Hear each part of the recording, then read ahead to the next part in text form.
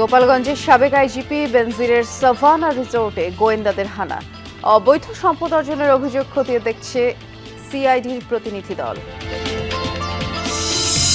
পটুয়াখালীতে নারী কনস্টেবলের ঝুলন্ত মরদেহ নিয়ে সামাজিক মাধ্যমে নানান জল্পনা। আত্মহত্যা বলে প্রাথমিকভাবে ধারণা পুলিশের। খুলনা মোংলা রুটে দিনে মাত্র এক ট্রেন, 4.5 কোটি টাকার প্রকল্পের উপযোগিতা নিয়ে প্রশ্ন। খুলনা থেকে বেনাপোল সেটা মঙ্গলায় যাচ্ছে, এটা কোনো বাড়তি ট্রেন নয়। সকালে দুটো ট্রেন হলে ভালো হতো, এটা মানুষের যাতায়াতের জন্য সুবিধা হতো। এক্সপোর্ট ইম্পোর্টের যে বিজনেসগুলো এগুলো আরো প্রসার লাভ করতো।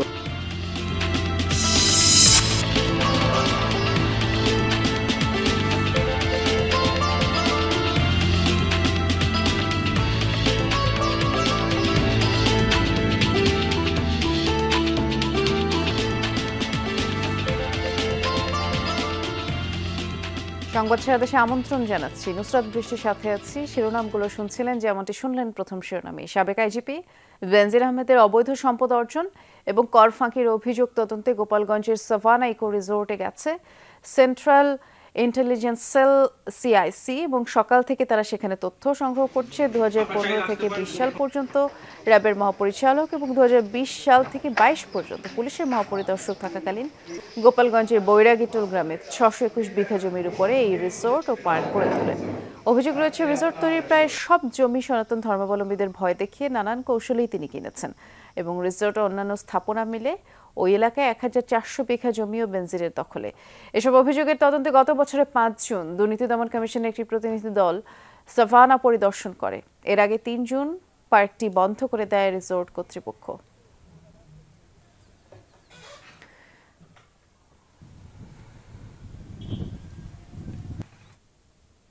এ ব্যাপারে আরো বিস্তারিত জানবো। ঘটনাস্থলে সহকর্মী আছেন মোজাম্মেল হোসেন মুন্না, তিনি অপেক্ষা করছেন আমাদের জন্য। গোয়েন্দাদের কার্যক্রম কোন পর্যায়ে আছে আমাদেরকে জানাবেন এবং নিশ্চয়ই একটি ব্রিফিং হবে এ বিষয়ে, সেটি কখন নাগাদ হবে?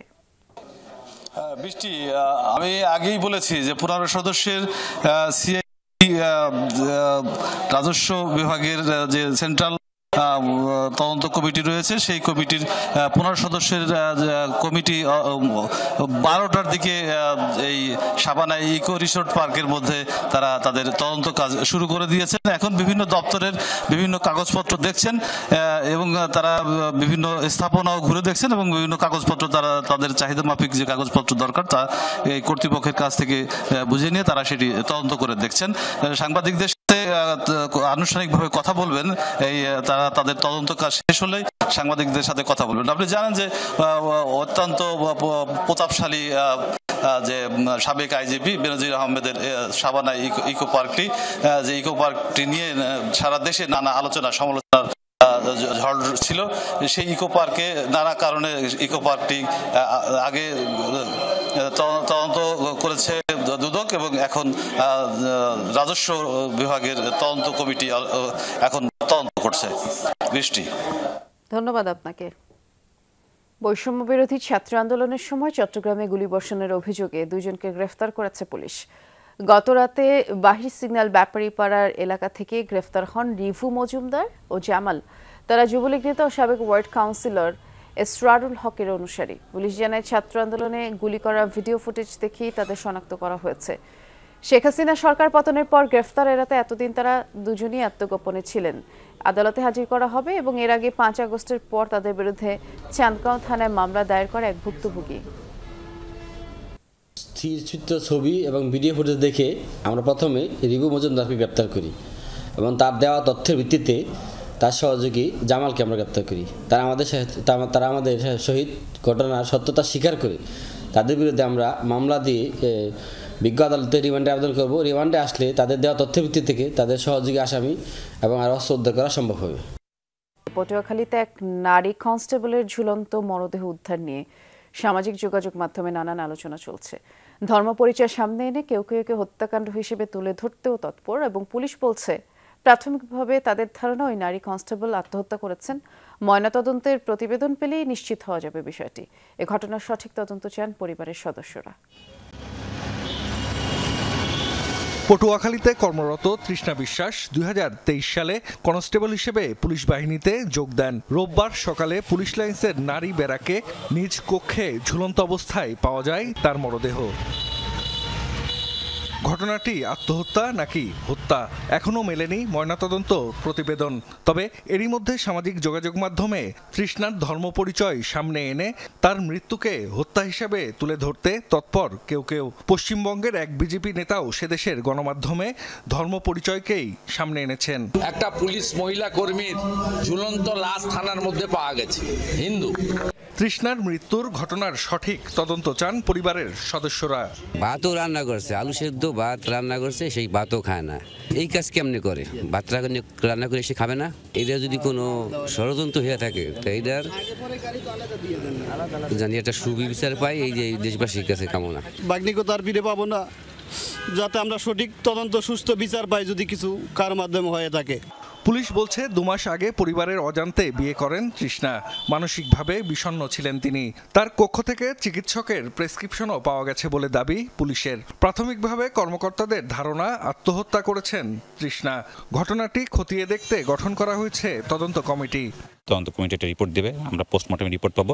সব মিলিয়ে আমরা জানতে পারবো যে আসলে কি ঘটেছিল। তবে প্রাথমিক অনুসন্ধানে আমরা যেহেতু অনেক আত্মহত্যার ঘটনা দেখেছি, আমার কাছে এটা আত্মহত্যার ঘটনাই মনে হচ্ছে। তৃষ্ণার গ্রামের বাড়ি মাদারীপুরের ডাসারে। আইনশৃঙ্খলা বাহিনীর তথ্য অনুযায়ী তার স্বামী বরিশালে পুলিশে কর্মরত। জাহিদ হাসান, যমুনা নিউজ। প্রায় 4,500 কোটি টাকার রেল প্রকল্পে চলাচল করে মাত্র একটি ট্রেন। এমনই অবস্থা বিগত সরকারের অন্যতম মেগা প্রকল্প খুলনা মোংলা রেলপথের। উদ্দেশ্য ছিল মোংলা বন্দরের সাথে সারা দেশে রেল যোগাযোগ স্থাপনের পাশাপাশি বিভিন্ন দেশের সাথেও পণ্য পরিবহন সুগম করা, কিন্তু সেসবই এখন অধরা। তাই এই প্রকল্পকে হাস্যকর এবং ব্যর্থ বলছেন ব্যবসায়ী ও নাগরিক নেতারা। দেশের দক্ষিণ পশ্চিমাঞ্চলের জন্য নেয়া আওয়ামী লীগ সরকারের অন্যতম মেগা প্রকল্প খুলনা মোংলা রেলপথ। প্রায় 4,500 কোটি টাকার এই প্রকল্প বাস্তবায়নের পর দিনের বেশিরভাগ সময়ই অলস পড়ে থাকে। অথচ বেশ ঢাকঢোল পিটিয়ে প্রকল্প শুরু করেছিল তৎকালীন সরকার। বৈদেশিক যোগাযোগ ব্যবস্থার উন্নয়ন ঘটবে প্রকল্পের মাধ্যমে এমন আশ্বাসও দেওয়া হয়েছিল, কিন্তু এখন এই লাইনে মাত্র একটি ট্রেনই চলাচল করে। এই রুটে একটা ট্রেনই চলাচল করে। বেনাপোল থেকে ফিরে এসে এখানে 11:30টায় পৌঁছাই, এখান থেকে ছেড়ে আপনার আবার মোংলায় চলে যাই। আগে যে ট্রেনটাই চলতো খুলনা থেকে বেনাপোল, সেটা মোংলায় যাচ্ছে, এটা কোনো বাড়তি ট্রেন নয়। যে সকালে 2টো ট্রেন হলে ভালো হতো, বিকালে যদি 2টো ট্রেন হতো মানে খুব ভালো হতো। এটা মানুষের যাতায়াতের জন্য সুবিধা হতো। এক্সপোর্ট ইম্পোর্টের যে বিজনেসগুলো এগুলো আরও প্রসার লাভ করতো, আরও দেশের উন্নয়নে আরও অনেক ভূমিকা রাখতে পারতো। সারাদিন আর কোনো রেল চলাচল না করায় বন্ধ থাকে স্টেশনের সকল কর্মকাণ্ড। উদ্বোধনের 7 মাস পরও এই রুটে কোনো পণ্যবাহী ট্রেন চালু না হওয়ায় ক্ষুব্ধ ব্যবসায়ী ও নাগরিক নেতারা। পণ্য পরিবহনের ট্রেন চালু না হওয়াতে ব্যবসায়ীরা আদৌ কোনো সুফল পাচ্ছে না। ব্যবসায়ীদের সুফল পেতে হলে এখানে মোংলা বন্দর থেকে সরাসরি দেশের বিভিন্ন অঞ্চলে এবং আন্তর্জাতিকভাবে পণ্য পরিবহনের ব্যবস্থা গ্রহণ করতে হবে। এই প্রকল্প যেভাবে এখন চলছে এটা অবশ্যই একটা হাস্যকর প্রকল্প। আমি মনে করি এটাকে অর্থনৈতিকভাবে গতিশীল করতে হবে। অর্থনৈতিকভাবে এটা স্বাবলম্বী না হলে এই প্রজেক্ট ব্যর্থ হবে এবং খুলনা মানুষ এটা থেকে উপকৃত হবে না। বাংলাদেশ রেলওয়ের মহাপরিচালক জানান, খুলনা মোংলা রেলপথ নিয়ে মহাপরিকল্পনা রয়েছে, তবে সেসব পরিকল্পনা দ্রুত বাস্তবায়নে উদ্যোগ নিতে হবে সরকারকে। ট্রেন চালু করা আমাদের পরিকল্পনা আছে। এটা আন্তর্দেশীয় ট্রেন চালানো, এটা ডিজির কোনো সিদ্ধান্তের উপর নির্ভর করে না। এটা দুই দেশের মধ্যে পররাষ্ট্র মন্ত্রণালয় দুই কূটনৈতিক সম্পর্কের উপর নির্ভর করবে। 2010 সালের 21 ডিসেম্বর একনেকে অনুমোদনের মধ্য দিয়ে প্রকল্পটি শুরু হয়। 14 বছরে এই মেগা প্রকল্পে ব্যয় হয় 4,261 কোটি টাকা, যার মধ্যে 2,948 কোটি টাকা বৈদেশিক ঋণ। রাহিম সারোয়ার, যমুনা নিউজ। আটকের 4 দিন পর 3টি পণ্যবাহী জাহাজ ছেড়ে দিয়েছে আরাকান আর্মি। ইতোমধ্যে টেকনাফ স্থলবন্দরে এসে 2টি জাহাজ পৌঁছেছে, তবে বাকি আরও একটি জাহাজ টেকনাফের পথে রয়েছে বলে টেকনাফ স্থলবন্দরের মহাব্যবস্থাপক জসিমউদ্দিন জানিয়েছেন। তিনি বললেন, 16 জানুয়ারি মিয়ানমারের ইয়াঙ্গুন থেকে টেকনাফ স্থলবন্দরের উদ্দেশ্যে ছেড়ে আসা 2টি পণ্যবাহী জাহাজ দেশটির সীমান্তে নাফ নদীতে পৌঁছালে জাহাজ দুটিকে আরাকান আর্মি আটক করে। পরদিন আরও একটি জাহাজ আটক করে তারা, তবে কী কারণে জাহাজ আটকে রাখা হয়েছিল তা নিশ্চিত হওয়া যায়নি।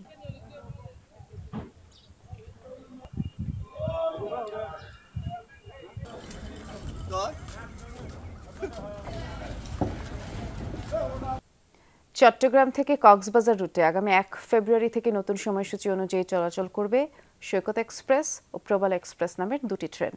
সকালে ট্রেন চলাচলের সময় নির্ধারণ করে বিজ্ঞপ্তি প্রকাশ করে রেলওয়ে পূর্বাঞ্চল। কক্সবাজার রেলওয়ের সহকারী স্টেশন মাস্টার জানিয়েছেন, সৈকত এক্সপ্রেস প্রতিদিন সকাল 6:15 চট্টগ্রাম থেকে ছেড়ে সকাল 9:55 কক্সবাজার এসে পৌঁছাবে, আর কক্সবাজার থেকে রাত 8:15 ছেড়ে চট্টগ্রামে পৌঁছাবে রাত 11:50। অন্যদিকে প্রবাল এক্সপ্রেস কক্সবাজার থেকে চট্টগ্রামের উদ্দেশ্যে ছাড়বে সকাল 10:35। আবার চট্টগ্রাম থেকে বেলা 3:10 চট্টগ্রাম স্টেশন থেকে ছেড়ে সন্ধ্যা 7টায় কক্সবাজার পৌঁছাবে প্রবাল এক্সপ্রেস ট্রেনটি। সোমবার বন্ধ থাকবে এই দুটি ট্রেন।